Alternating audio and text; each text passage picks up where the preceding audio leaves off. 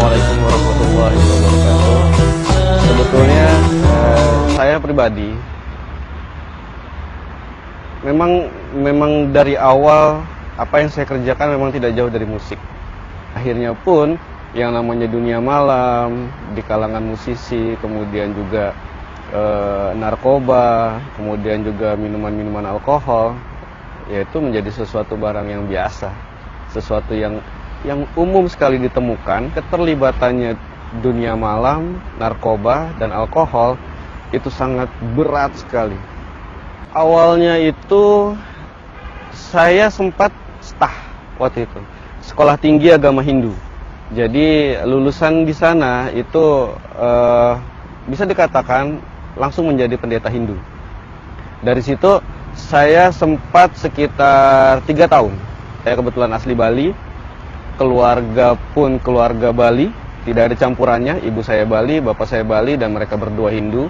Dan sampai sekarang pun kakek saya masih menjadi seorang pendeta tertinggi di Bali. Jadi ini memang cobaan berat buat saya. Tapi justru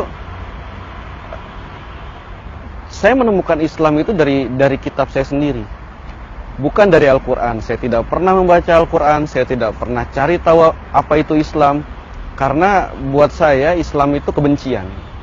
Waktu itu Islam itu sebuah kebencian. Mengingat kita tahun 2000 dan 2002 ada bom Bali, itu Bali sangat luluh lantah.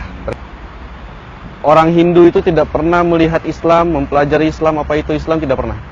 Tidak pernah.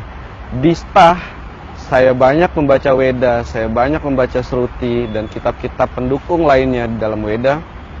Ternyata saya menemukan Islam di situ.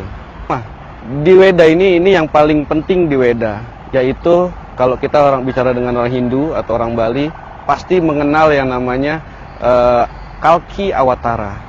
Itu banyak sekali dibicarakan di kitab kami di Weda.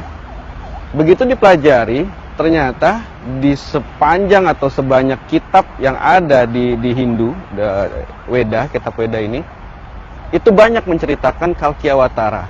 Siapa Kalki Awatara, bagaimana silsilahnya Kalki Awatara, dan semua ciri-ciri Kalki Awatara.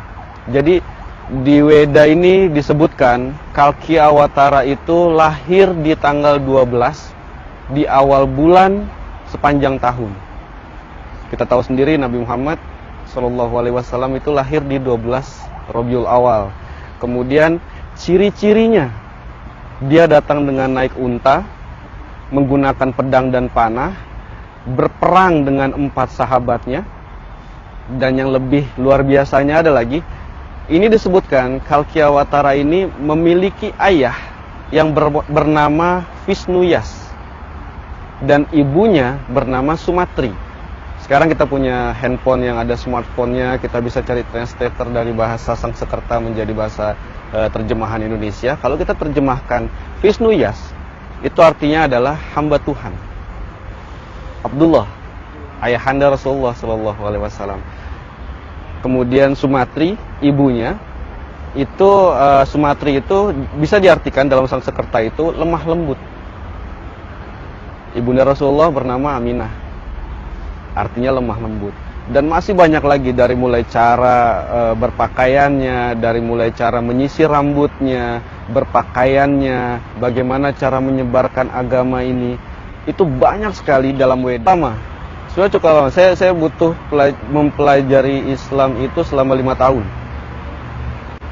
5 tahun ini saya pakai, tidak pernah saya kosong sekalipun untuk mempelajari siapa itu Rasulullah, apa itu Islam, dan apa itu isinya Al-Quran. Saya selalu selama 5 tahun ini. Kemudian saya tidak pernah bersahadat.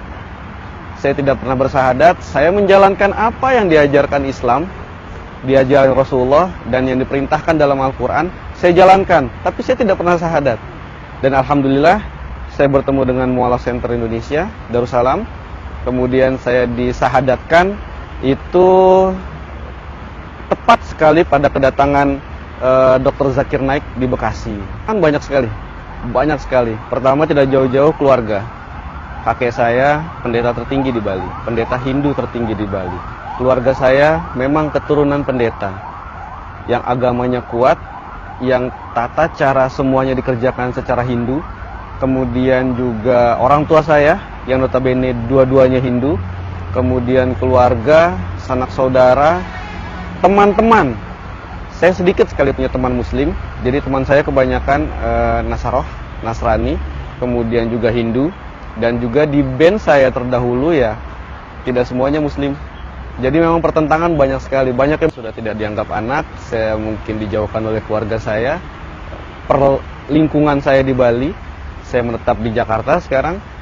Banyak pertentangan. Terus saya lakukan ya, awalnya saya selalu curhat dengan Ustadz. Kemudian jawabannya selalu sama. Pasrahkan kepada Allah. Akhirnya saya coba untuk tidak mengatur Allah. Saya lepaskan semuanya, biar Allah yang mengatur, biar Allah yang membawa saya ke arah mana, biar Allah yang memberi saya apa yang terbaik buat saya, dan itu saya kerjakan sampai sekarang. Itu saja. Apapun masalah saya bentangkan sejadah saya, minta sama Allah, berharap hanya kepada Allah, tidak berharap kepada selain Allah. Ya apapun yang dikasih sama Allah ya saya syukuri.